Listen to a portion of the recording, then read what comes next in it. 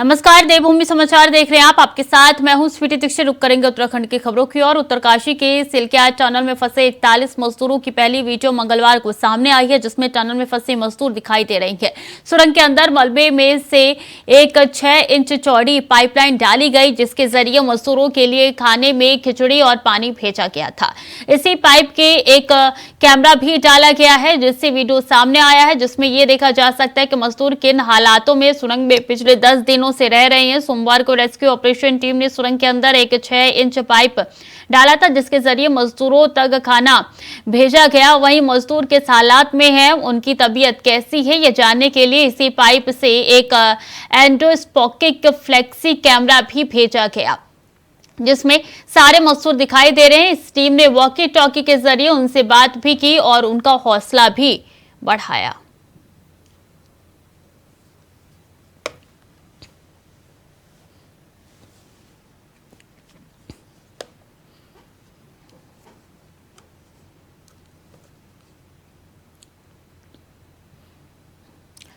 तो सीसीटीवी से मजदूरों की गिनती की जा रही है, तस्वीरें आप तक पहुंचा रहे हैं। बता दें कि कैमरा अंदर पहुंचाया गया है और उसके जरिए से ही ये तस्वीरें निकल के सामने आई है, जिसमें मजदूर दिखाई दे रहे हैं। और सुरंग में फंसे मजदूरों की पहली तस्वीर को सीएम धामी ने सोशल मीडिया पे शेयर किया। सीएम ने लिखा कि सिलक्याट उत्तरकाशी में निर्माणाधीन टनल में फंसे श्रमिकों की पहली बार तस्वीर प्राप्त हुई है। सभी श्रमिक भाई पूरी तरीके से सुरक्षित है। हम उन्हें शीघ्र सकुशल बाहर निकालने हेतु पूरी ताकत के साथ प्रयासरत है। सिलक्याट उत्तरकाशी में निर्माणाधीन सुरंग के अंदर फंसे श्रमिकों से पहली बार एंडोस्कोपिक फ्लेक्सी कैमरे के माध्यम से बातचीत कर उनका कुशल क्षेम पूछा गया। सभी श्रमिक बंधु पूरी तरीके से सुरक्षित है।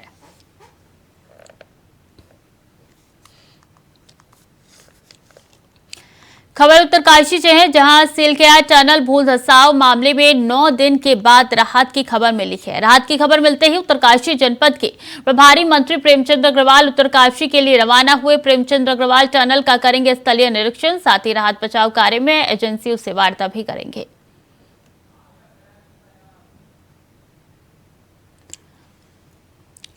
तो अधिकारियों से बातचीत करेंगे और जो राहत की खबर निकल के सामने आई है, उसके लिए प्रेमचंद अग्रवाल मंत्री जो है वो जाएंगे, राहत बचाव कार्य का जायजा लेंगे और प्रभारी मंत्री टनल के पास जाएंगे। कैसे कार्य चल रहा है, कितना काम पूरा हुआ है, कितना बाकी है, हर एक चीज का बारीकी से उनकी तरफ से निरीक्षण किया जाएगा।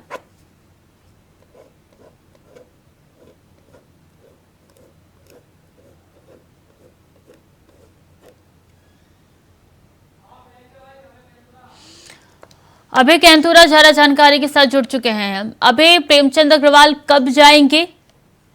बिल्कुल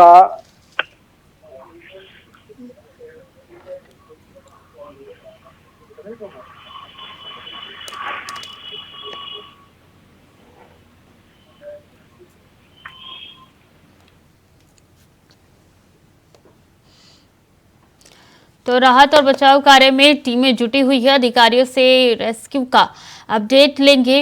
मंत्री प्रेमचंद अग्रवाल उत्तरकाशी रवाना हुए हैं। प्रेमचंद अग्रवाल और सीधी तस्वीरें आप तक पहुंचा रहे हैं। ये सुरंग के अंदर की तस्वीरें हैं, क्योंकि यहाँ पे एक कैमरे की सहायता से पाइप के जरिए अंदर कैमरा भेजा गया है और ये तस्वीरें निकल के सामने आई है। ये वो मजदूर है जो अंदर संघर्ष कर रहे हैं लगातार 10 दिनों से, और बाहर भी लगातार प्रयास किया जा रहा है। इनको निकालने के लिए ड्रिलिंग मशीन मंगाई गई है, ऑर्गन मशीन का इस्तेमाल भी किया जा रहा है, लेकिन अभी तक सिर्फ निराशा हाथ लगी हुई है। ऐसे में ये जो तस्वीरें निकल के सामने आई है, ये संतोषजनक है और ये तस्वीरें बताती है कि अंदर सभी मजदूर जो है वो सुरक्षित है, किसी को कोई भी नुकसान नहीं हुआ है। और ऐसे में इसके बाद से प्रशासन लगातार कोशिश कर रही है कि जल्द से जल्द इन मजदूरों को निकाला जाए, क्योंकि 10 दिन हो चुके हैं, लंबा समय होता है ये, और ऐसे में जिंदगी जो है वो इनकी खतरे में है, चूंकि मलबा बार बार बीच में आ रहा है और इसको हटाने का जैसे ही प्रयास किया जाता है, एक नई मुसीबत सामने आ खड़ी होती है।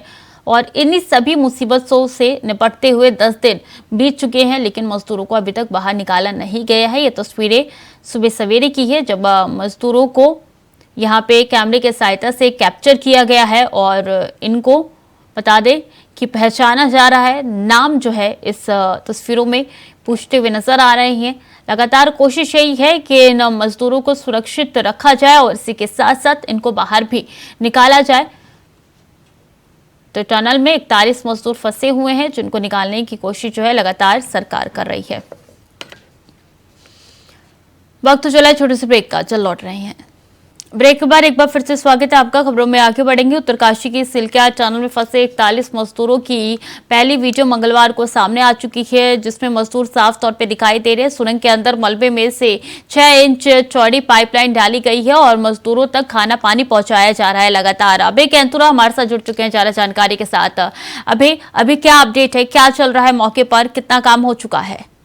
बिल्कुल, ये कह सकते हैं कि 9 दिन के बाद एक राहत की खबर इस सिलक्या टनल से आई है और ये कह सकते हैं कि राज्य सरकार, केंद्र सरकार की तरफ से जो रेस्क्यू अभियान में जो एजेंसियां जुटी है, उनके लिए राहत की खबर बड़ी सकूनदायी कही जा सकती है, क्योंकि जो 41 जिंदगी टनल के भीतर फंसी है, उनको बचाने की जो जद्दोजहद चल रही थी, उसके में एक पहले चरण, ये कह सकते हैं कि पहले चरण का जो अभियान था वो पार हो चुका है।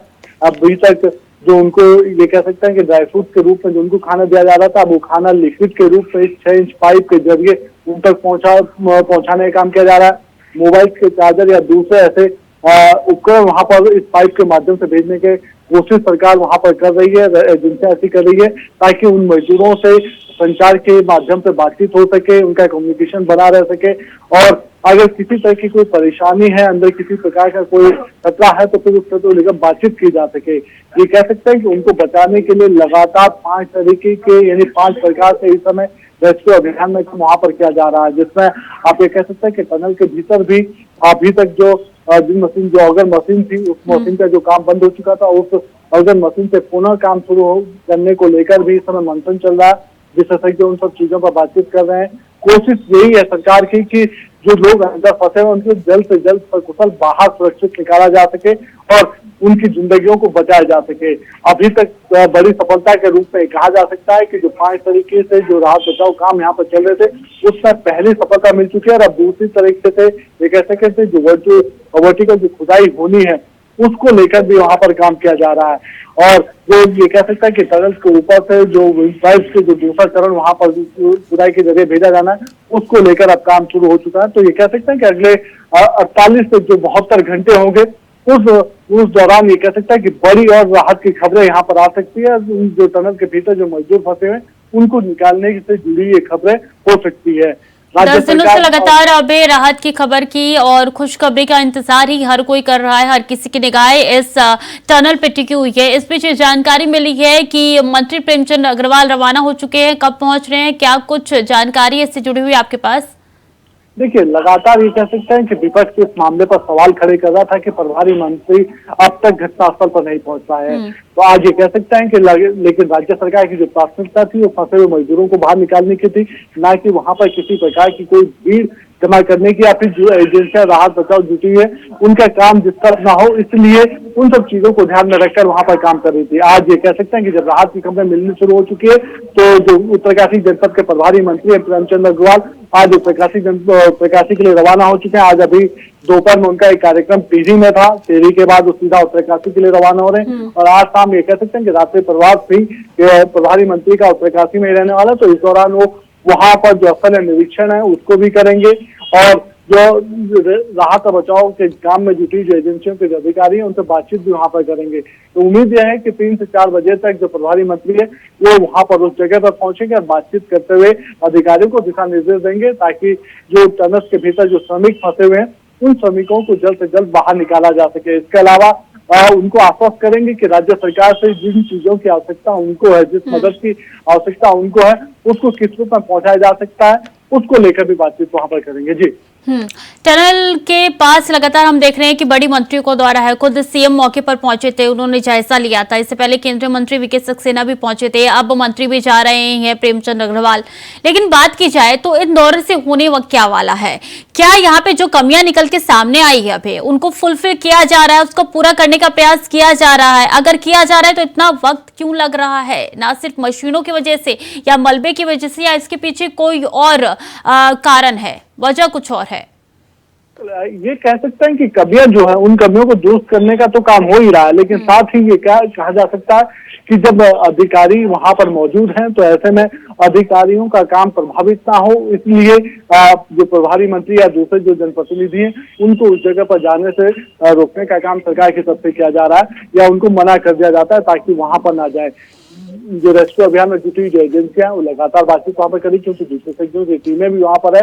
ऐसे में वो आपसी कोऑर्डिनेशन के जरिए उन श्रमिकों को बचाने में जुटी है। लेकिन जो दिक्कतें आ रही है, कह सकते हैं कि शुरुआती चरण में जो वहां पर सुरक्षा के उपकरण होने चाहिए थे या सुरक्षा को लेकर जो कार्य होने चाहिए थे वो वहां पर देखने को नहीं मिले, और जब वो ये कह सकते हैं कि उसमें बड़ी लापरवाही वहां पर हुई है तो उसका खामियाजा आज इस रूप में भुगतना पड़ रहा है कि जो टनल के भीतर जो श्रमिक फंसे हुए हैं उनको निकालने में देरी इस वजह से हो रही है।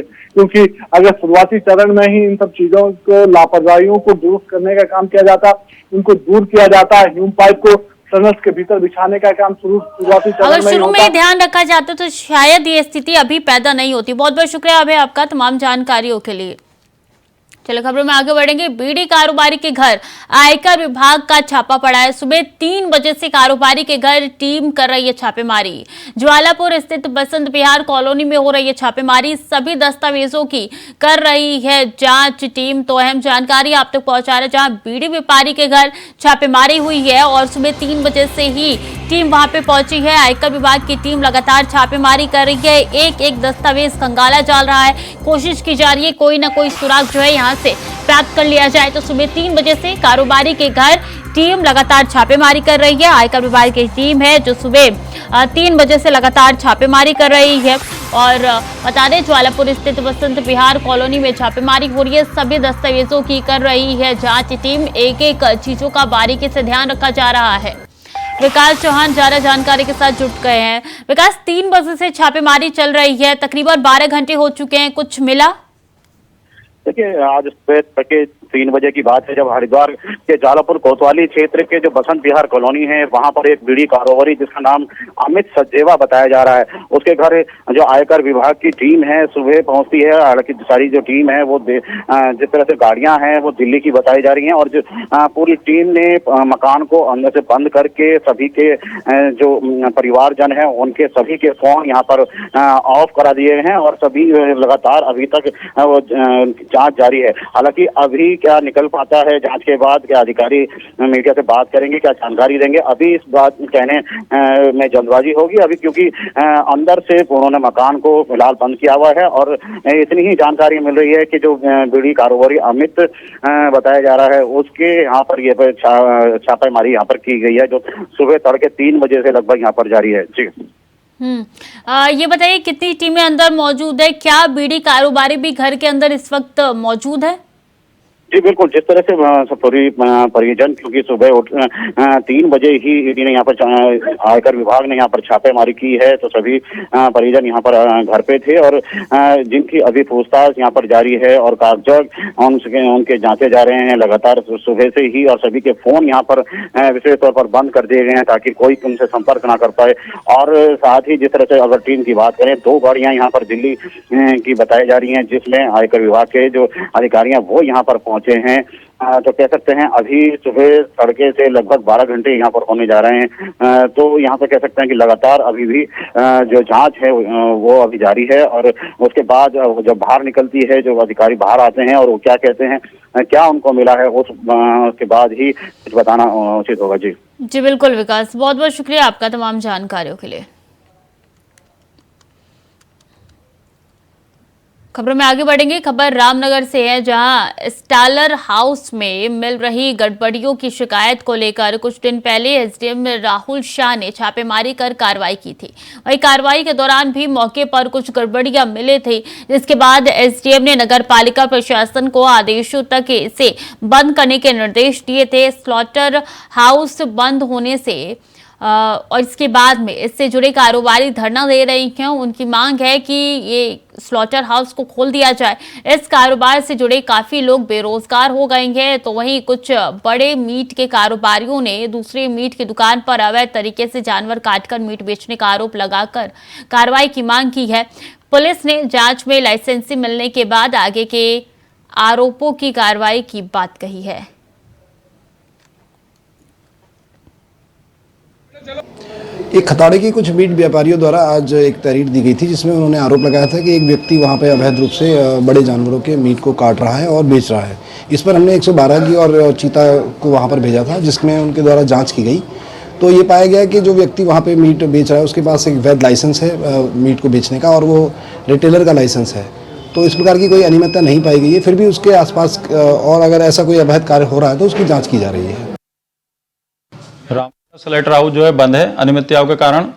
जो स्लेटर हाउस का ब्रेड वगैरह वो नहर वगैरह में बह रहा था, गांव वालों ने शिकायत करी थी डीएम साहब से, तो उसको लेकर स्लेटर हाउस बंद है।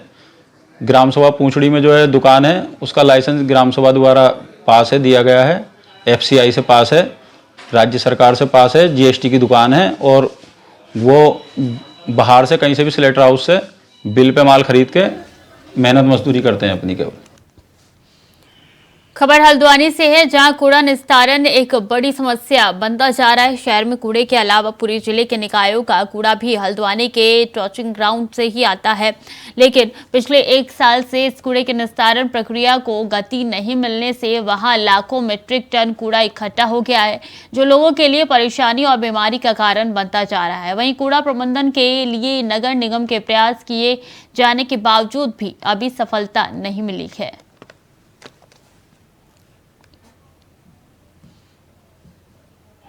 निश्चित तौर पे कूड़ा प्रबंधन हमारे लिए एक चुनौतीपूर्ण कार्य बना हुआ है। और मैं पिछले 1 साल की बात करूं तो जो हमने निगरानी की प्रक्रिया बनाई थी बेनी सेना की मदद से, अच्छी सफलता हमें जरूर मिली है। लेकिन 2 चुनौतियां अभी हमारे पास हैं। एक तो पूरी तरह से सेग्रीगेट होकर कूड़ा मिले, जिसमें प्लास्टिक महत्वपूर्ण है। उसको भी हम एक अलग प्रक्रिया के अंतर्गत सोर्स से ही प्लास्टिक को अलग से कलेक्ट करने के लिए हमने एक 2-3 लोगों की कमेटी बनाई हुई है, जो वो अभी परीक्षण कर रहे हैं कि उसका प्रबंधन कैसे किया जा सकता है। दूसरी चुनौती हमारी ये है कि लगभग जनपद के सभी नगर निकाय और जिला पंचायत क्षेत्र की कूड़ा ट्रंचिंग ग्राउंड में आ रहा है। तो पिछले 1 साल का कूड़ा जो डंप हुआ है वो, और जो पिछले 25 सालों का कूड़ा हमारे पास पुराने डंपिंग साइट में पड़ा हुआ है, उसको निस्तारित करने के लिए हमने एक डीपीआर बनाई हुई है लीगेसी वेस्ट के निस्तारण के लिए। लगभग 5.5-6 करोड़ के आसपास की डीपीआर है। परीक्षण उसका चल रहा है। परीक्षण होते ही उसको हम टेंडर कार्रवाई करेंगे, और उस प्रक्रिया के द्वारा ट्रंचिंग ग्राउंड और उस पुराने ट्रंचिंग ग्राउंड में जितना भी कूड़ा है उसको आगामी जो हमारी पीरियड होगा उसमें हम उसको निस्तारित कर देंगे। और उत्तराखंड कांग्रेस पार्टी इन दिनों जिला सम्मेलन आयोजित करने में व्यस्त है। जनता को लुभावने और आगामी लोकसभा चुनाव की रणनीति पक्की करने को लेकर 16 से 18 नवंबर तक चमोली, रुद्रप्रयाग और पौड़ी में जिला सम्मेलन आयोजित किया गया। वहीं अब 21 और 22 नवंबर को टिहरी और उत्तरकाशी जिले में कांग्रेस का जिला सम्मेलन आयोजित किया जाएगा। कांग्रेस प्रदेश अध्यक्ष करण महारा ने कहा है कि जनता अब बदलाव चाहती है। जनता समझ चुकी है कि बीजेपी ने उत्तराखंड को रसातल में धकेलने का काम किया है, इसलिए जनता का रुझान हमको ज्यादा मिल रहा है।